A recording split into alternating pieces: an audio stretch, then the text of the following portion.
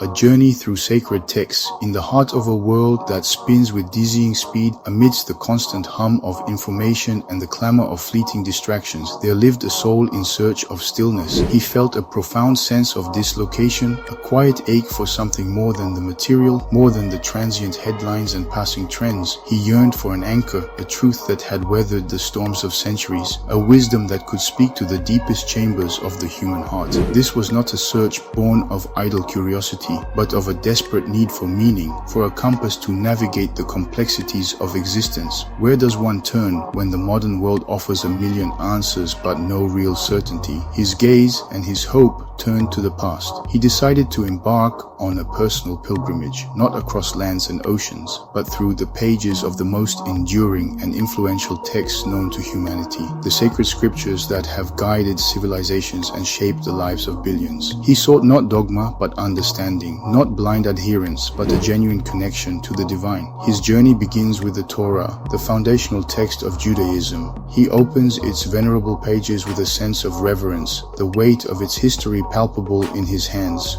He is immediately drawn into the majestic opening of Genesis, a narrative of creation that is both grand and intimate. He reads of the universe spoken into existence, of light separating from darkness, and of the careful crafting of the natural world. It fills him with a sense of awe, a recognition of a power and intelligence far beyond human comprehension. He then delves into the lives of the patriarchs. He walks alongside Abraham, feeling the immensity of his faith as he leaves his homeland, trusting in a promise from a God he is just beginning to know. He feels the human struggle in Jacob, who wrestles with an angel and emerges transformed, his name changed to Israel. These are not just ancient tales, they are profound psychological portraits of faith, doubt, failure, and perseverance. He sees his own struggles reflected in their stories, his own questions mirrored in their journeys. Then comes the epic of Exodus, the story of liberation from bondage and the forging of a nation. He is captivated by the figure of Moses, the reluctant prophet called to a monumental task. He feels the tension and triumph in the parting of the sea and the journey through the wilderness. At the foot of Mount Sinai, he encounters the 10 Commandments, a moral and spiritual constitution for a community bound by a covenant with God.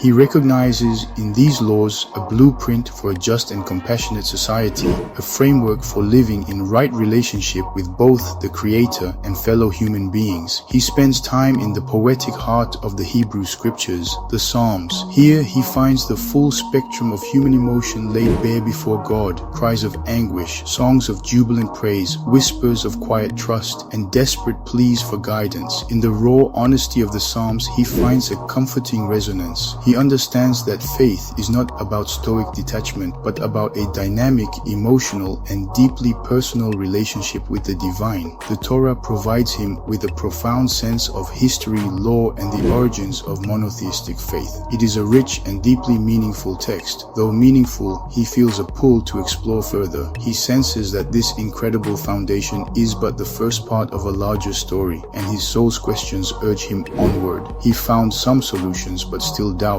the it not enough. He had read the Tao Te Ching and a collection of the Vedas before. Next, he turns to the Bible, a cornerstone of faith for millions around the world. He opens the New Testament and immediately sees the threads connecting it to the Torah. He reads the genealogies that link Jesus back to the patriarchs of old, sensing a continuation of the divine narrative. He is introduced to the person of Jesus of Nazareth, or Isa, as he is known in other traditions. He is profoundly moved by his teachings, especially the Sermon on the Mount. The words, "Blessed are the merciful, for they shall obtain mercy," and "Love your enemies and pray for those who persecute you," strike him as a radical and transformative ethic.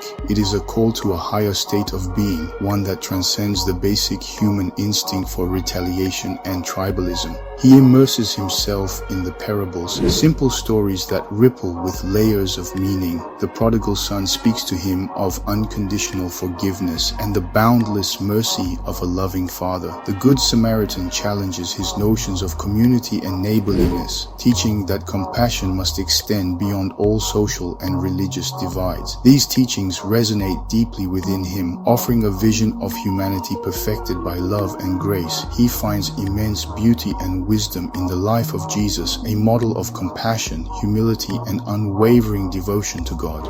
As he moves from the Gospels into the epistles of Paul and the subsequent theological writings, his journey becomes more complex. He encounters intricate doctrines, the Trinity, original sin, vicarious atonement. He approaches these concepts with respect, recognizing them as the bedrock of Christian faith for countless believers. He appreciates the intellectual rigor and the attempts to explain the profound mystery of God's relationship with humanity, yet he senses there is more to discover. A subtle disquiet begins to form in his heart. He feels a growing distance between the simple, direct message of Jesus in the Gospels and the complex theological structures built around him. The concept of God as three in one, while profound, feels like a paradox his mind cannot fully reconcile. The idea that humanity is inherently stained by a sin committed eons ago feels difficult to harmonize with the idea of a just and merciful Creator. He admires the faith that can embrace these mysteries, but for him they feel like a veil, a layer of interpretation that stands between him and a direct, unmediated connection with the one God he has been seeking. His heart is filled with love for the message of Jesus, but his mind is filled with questions. The search, he realizes, is not yet complete. He is still he. Everything was in himself fizzled. With curiosity guiding him, a curiosity now sharpened by his journey, he picks up the Quran. He approaches it with a fresh slate, determined to let the text speak for itself, free from the noise of geopolitics and media portrayals. From the very first verses, he feels a dramatic shift in tone and style. The language, even in translation, is powerful, majestic, and incredibly direct. It speaks with an authority that is both commanding and intimate.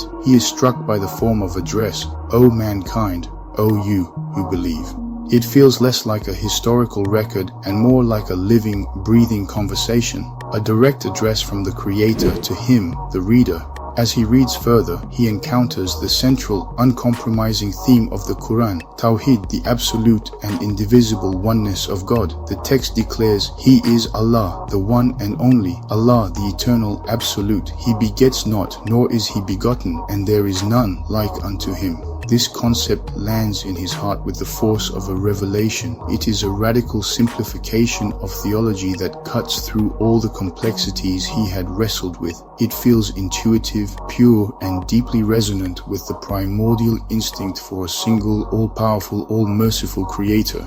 This, he feels, is the key he has been searching for, the central truth that unlocks everything else. He is fascinated to find the names of the prophets he has just journeyed with: Adam, Noah, Abraham, Moses, and Jesus, all revered in the Quran as noble messengers of God. But here their stories are retold to emphasize one consistent, universal message across time: surrender and submit to the one true God. The Quran presents itself not as a new religion, but as the completion and final confirmation of the same eternal truth revealed to all previous prophets. This perspective unifies his entire journey. The Torah and the Gospels are not dismissed, but honored as preceding chapters in a single, continuous divine revelation. He feels a profound sense of harmony, as if the scattered pieces of a grand puzzle have finally clicked into place. Furthermore, he is inspired by the Quran's relentless emphasis on reason, reflection, and the pursuit of knowledge.